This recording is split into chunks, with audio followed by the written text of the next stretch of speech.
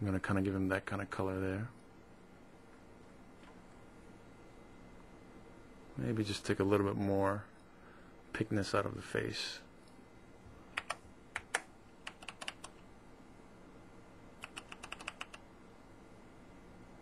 So when we get to those shots there, it'll look like that.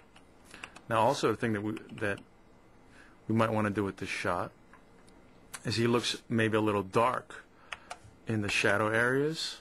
So again, everything kind of looks the same, but it looks a little dark in the shadow areas. So what we'll basically do is now we'll go ahead and put a window up here, just right on his face.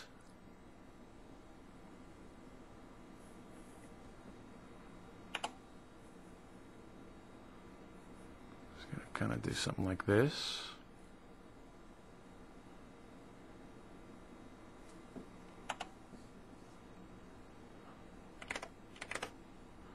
And I'm just going to brighten up his face, just like this. You can see it kind of moving. Just take a little bit of that harsh shadow, just a little bit up.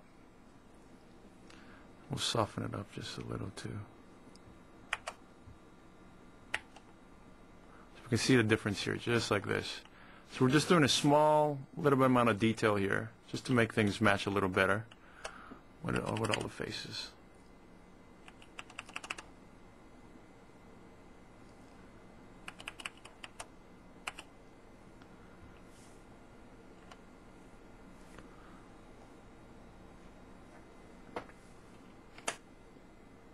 So here we're going to take, we're taking that last correction of Brad,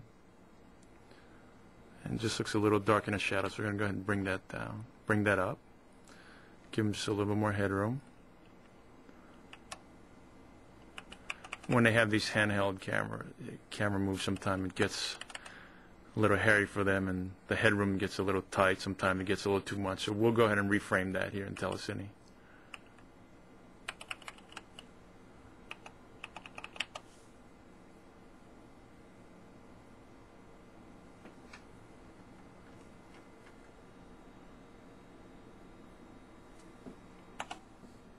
Now that we've color corrected Kevin's face shot here, we've done a lot of work on it with a window and with secondary correction, altering the color of his face.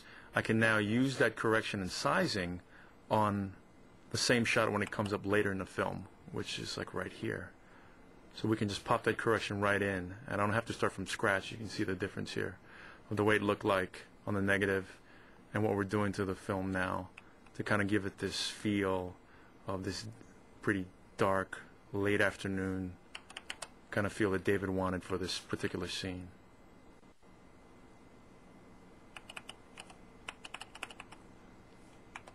And again, when I see Morgan's shot, because it kind of looked like Kevin's, I'll pull up that same correction and I'll just kind of tweak it to make it look good from here. But I can use that as a starting basis for particular shots. So when I see shots that kind of look the same as other shots, I can kind of pull those same corrections up and get a good start, a head start on those shots to save some time.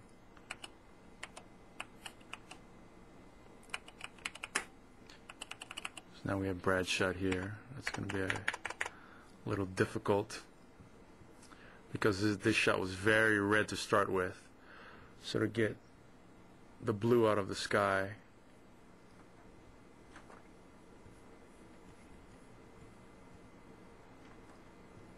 he's going to be even a little redder, and we're going to have to come in through the secondaries to try to pull this color out.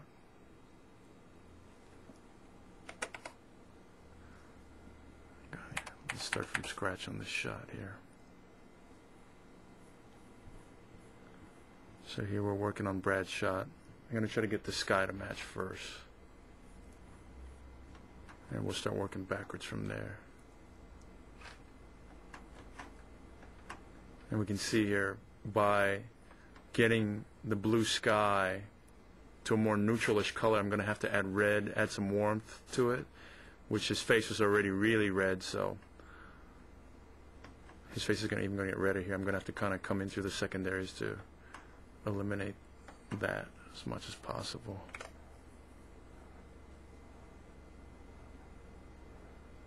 See, we're just kind of taking some color out of him. We're going to take that pink, which David hates, out of his skin tone.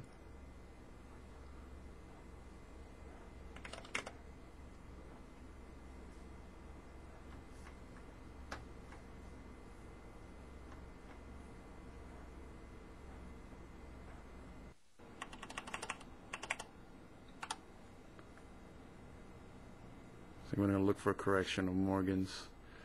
And sometimes, even though we're looking at the same shot, the corrections doesn't work because, you know, the time of day might have changed. It could be maybe take 14, the lighting totally could have changed. So we're still going to have to adjust the shots.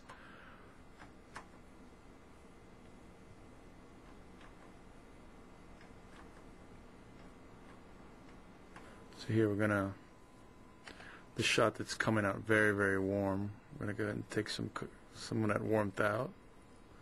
Get this a little bit more neutral.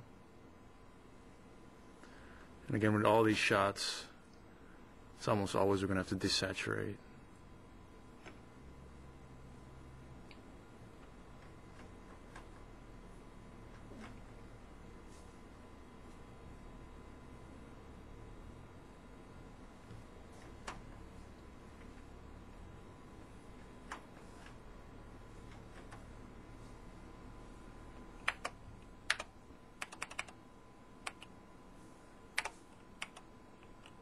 Here, this particular shot, we're going to have to add a lot of warmth to this to get the blue out of the sky.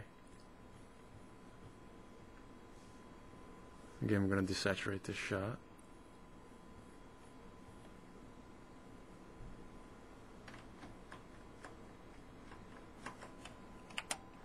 And hopefully this is all cut together.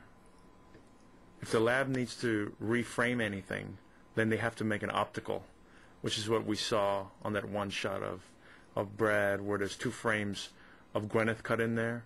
That's like a kind of like a film effect, or if they have to do any kind of sizing changes, they're going to have to make an optical from that, and that's when you see like that little color difference that we saw there.